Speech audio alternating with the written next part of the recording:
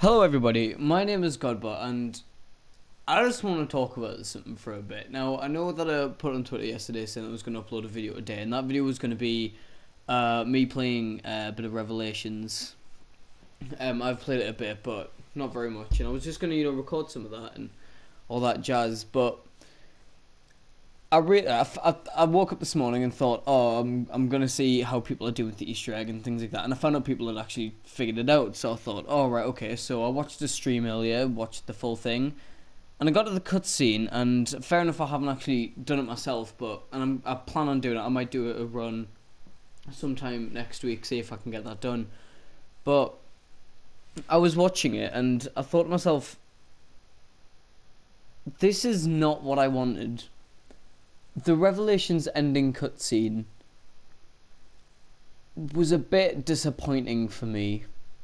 And I'll explain why I kind of think that, but you've got to remember that Zombies going on for almost 8 years now. Since 2008, World at War, Nact came out, and then, it was just a bonus mode, and then it spiraled into this whole giant community of players and all that, all wanting to know all these things. It's been filled with mystery, like story, things like that. Us asking questions, then we get answers to those questions, but then those answers kind of raise more questions and things like that. But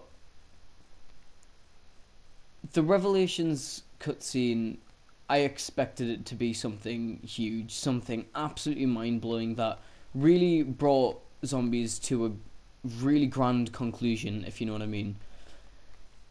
And World at War Zombies, that was great for when it was made. Then Black Ops 1 comes out, you had maps like Kino and 5 and things like that, and that was where, for me, the storyline really kicked off. For me, maybe not for everyone, but for me, that's where it really got interesting.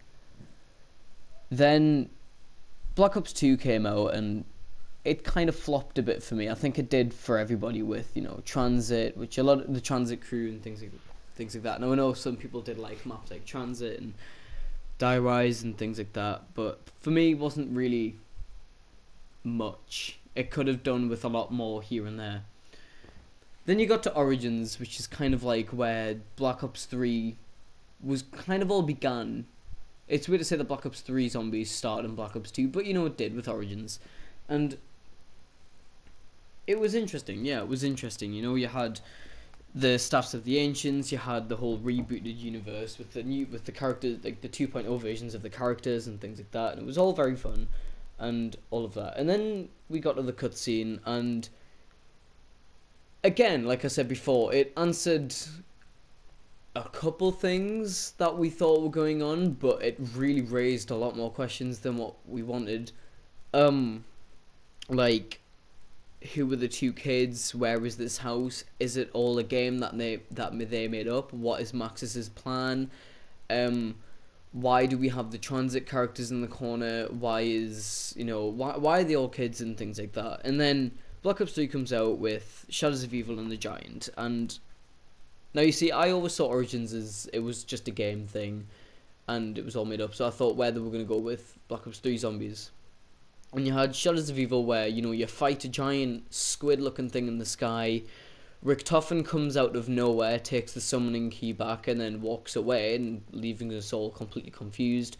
The giant comes out, Richtofen shoots himself in the face, and things like that. And it was really unexpected for me. I didn't quite understand what was happening, but it was something that I was quite pleased with happening. And then you had Daiz and Draco with, fighting a corrupted gatekeeper. Then you had Zetsubo Nishima where you fought like the mutant Thrasher like thing, and then then you had Gorokrovi where you're going to Stalingrad to fight an actual dragon, and then Nikolai in his little mech suit, and obviously killing all the characters along the way, taking their souls into the summoning key and things like that.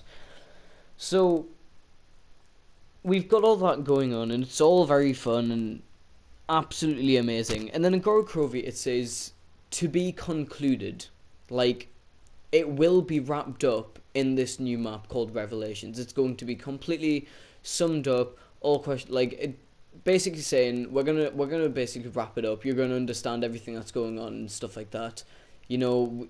you've heard from Monty now, who we hadn't heard of, but we'd known of him since, you know, Shadows of Evil and all that, and you know, we finally figured out who he actually was, and you know, we got little videos here and there trying to theorize who he actually was, where he came from, and all that. Then we got to Revelations, and Shadow Man comes back. We see Maxis in person for the first time.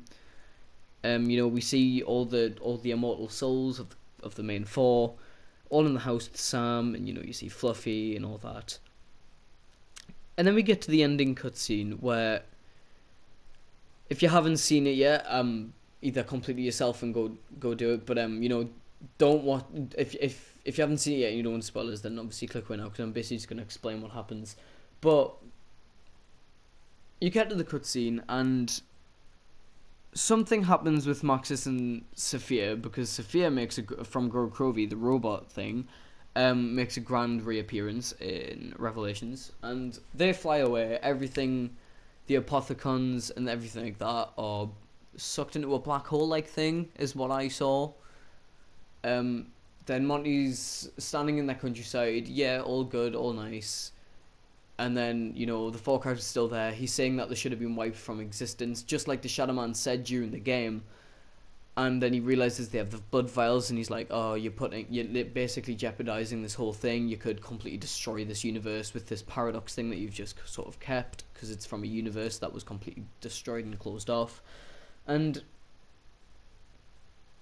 then he goes to delete them from, I say delete, but he goes to remove them from existence entirely.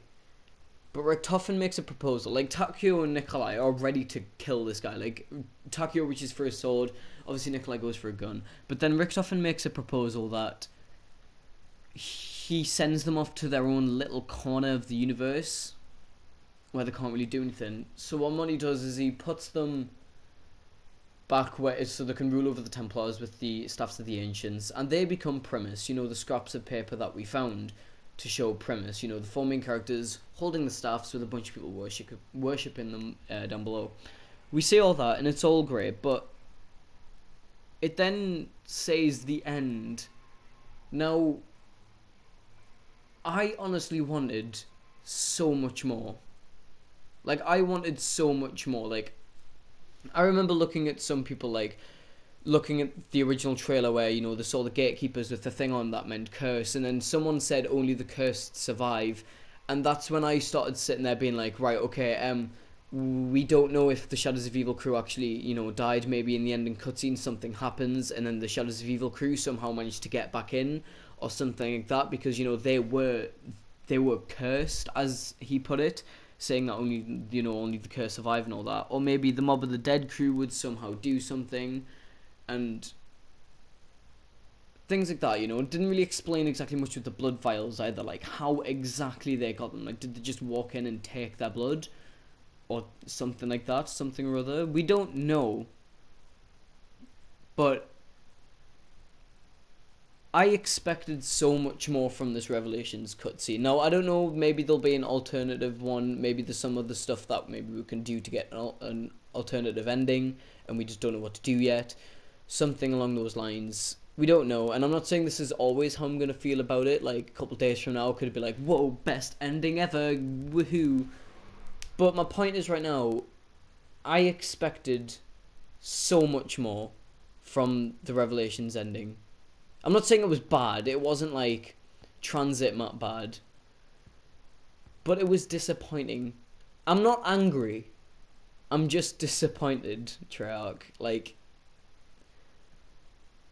I don't know. I'm just rambling now. I'm pretty much been rambling for the past, like, 9.5 minutes. But my point is, I'm disappointed with the ending, and I really hope that maybe there is an alternative one that we don't know about, or maybe there is, like, because this cutscene reminded me of Origins, where, like, maybe there's going to be another map or something like that. But I would really like a thing like that. Maybe, like, they bring out like a new game with new maps and things like that. That's what I'm hoping, and then it wraps it up. Because, I mean, 8 years of zombies and 8 years of all this, just to give us that as a quote unquote end. I'm not okay with that, and I'm pretty sure I'm not the only person who feels like this.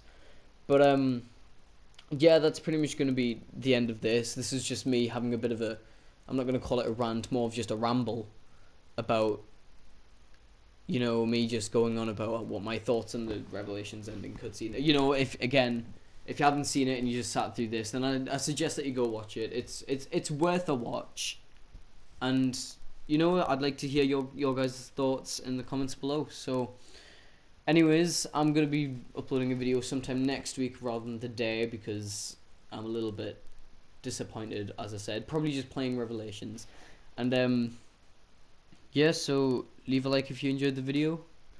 Leave your thoughts on the Revelations ending cutscene in the comments below, and I will see you guys in the next video.